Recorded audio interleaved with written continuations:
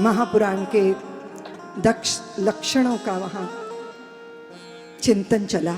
सर्ग विसर्ग स्थान पोषण ऊती मनवंतर अनुकथा निरोध मुक्ति आश्रय, और सबका आधार है वो परम पिता परमात्मा नारायण। परीक्षित के प्रश्नों में से समाधान की धारा बह रही। हर व्यक्ति परीक्षित है, हर जीव के ऊपर मृत्यु का डंका बज रहा है, लेकिन मृत्यु तक सब कुछ समाप्त नहीं हो जाता। शुक बताते हैं कि राजन, जीवन शाश्वत है। पका हुआ पुष्प फल जब गलित हो जाता है तो धरती पर गिर जाता है और सब समझते हैं कि उसका पतन हो गया, वो समाप्त हो गया। किंतु थोड़े समय बाद वहीं से एक नया अंकुर प्रस्फुटित होता है, जीवन नए रूप में प्रकट होता है। इसका अर्थ है कि मृत्यु दिखाई देती है और मृत्यु दृश्यमान की दिखाई देती है, लेकिन जो अदृश्य सत्ता है, चैतन्य सत्ता है, वो शाश्वत है। इसलिए जीवन शाश्वत है, सत्य शाश्वत है।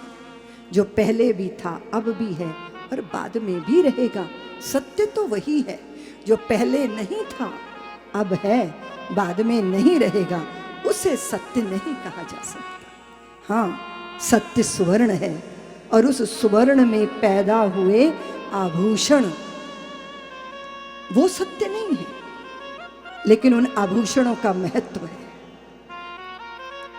जब आभूषण नहीं थे तब भी सोना था, अब आभूषण है तब भी सोना है।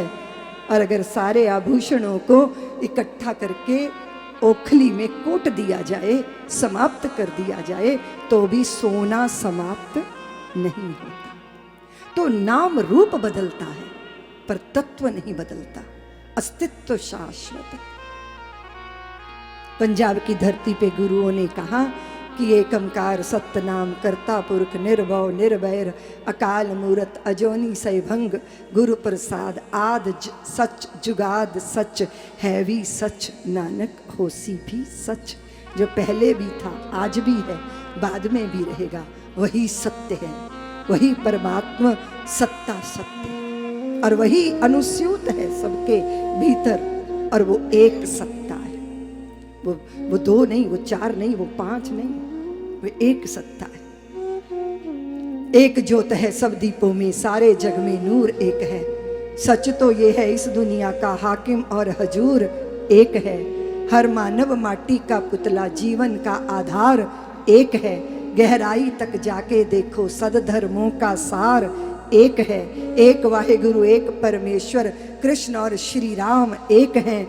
नाम भले ही अलग अलग हों, भक्तों के भगवान एक हैं। नाम रूप की बात छोड़ दो, इंसानों की जात एक है। और मन से मन की तार जोड़ लो, सीधी सच्ची बात उस एकत्व में रमना, उस एकत्व का दर्शन करना। सबके भीतर उस एकात्म सत्य का जो सबके भीतर अनुस्यूत है और फिर भी सबसे विलग है, वही परम सत्ता। वो उसका विचार जब आया था विदुर जी के चित्त में, तो उनको मैत्रेयी जी का मिलन हो गया था। विदुर जी परम भागवत व्यक्ति, सत्य और असत्य को पहचानने वाला व्यक्ति परम भागवत होता है। शुभ और अशुभ के बीच में जिसके पास विवेक बुद्धि है और जिसे अगर किसी का पक्षधर नहीं बनना तो निष्पक्ष होना आता है, वो साधारण व्यक्ति नहीं थे। मांडव्य ऋषि की शाप से स्वयं धर्मराज ही विदुर के रूप में प्रकटे। एक छोटे से दंड पर आपने मुझे क्या दंड दिया? मांडव्य ने पूछा था। जब वो नन्हे थे 5 वर्ष के, तो तितली के पंख को कांटे से बींधा था और इस कारण, और कदाचित उनके ऊपर बहुत सारे निरपराध होते हुए भी आक्षेप लगे, फांसी पे चढ़ाए गए। और जब धर्मराज के सम्मुख पहुंचे तो उनकी आंखों में आंखें डाल के पूछा कि किस अपराध का दंड दिया मुझे। एक नन्हा बच्चा बोध होता है, उसे मालूम नहीं कि अच्छा बुरा क्या है।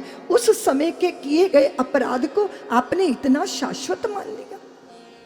और कदाचित धर्मराज मनुष्य होकर मनुष्य की पीड़ा को समझना होगा आपको।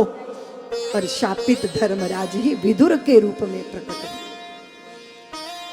महाभारत का वो महारण जिससे उपराम होकर निकल आए थे विदुर जी, और यत्र तत्र देशाटन करते, तीर्थाटन करते, और फिर उनको उद्धव जी का संग मिला। दो भक्तों का जब मिलन होता है तो चर्चा तो परमात्मा की ही होगी, प्रियतम की ही होगी। दो कामी मिलते हैं तो स्त्रियों की बात करते हैं, लोभी मिलते हैं तो धन व्यापार की बात करते हैं, राजनीतिज्ञ मिलते हैं तो कुर्सी सत्ता की बात करते हैं। लेकिन जब भक्तों का मिलन होता है तो उनकी चर्चा में, उनके चिंतन में सिर्फ श्री हरि ही होते हैं।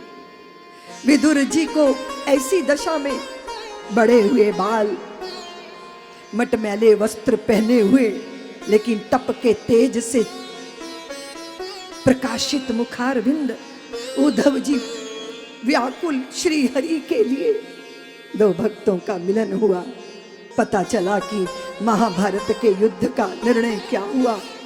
पता चला युधिष्ठिर राजगद्दी पे बैठे। पता चला भगवान ने लीला का संवरण कर लिया।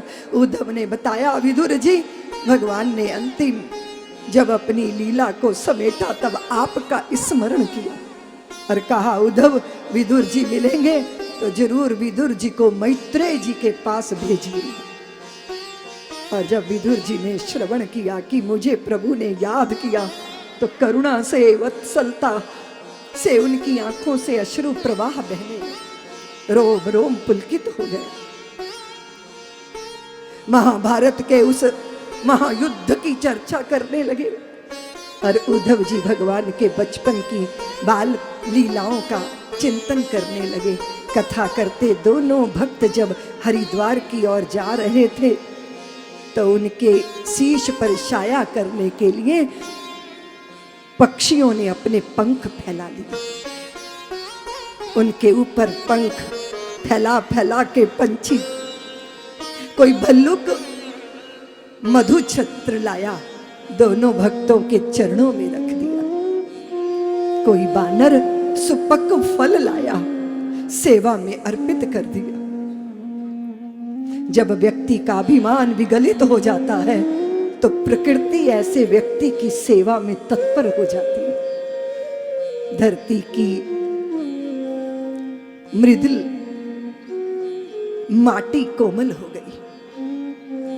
जिधर से वो दोनों भक्त निकलते वृक्षों में चपलता आ जाती, वायु शीतल बहने लग जाती, नदियां उछल उछल के दो भक्तों के चरणों को धो लेने के लिए व्याकुल हो जाती।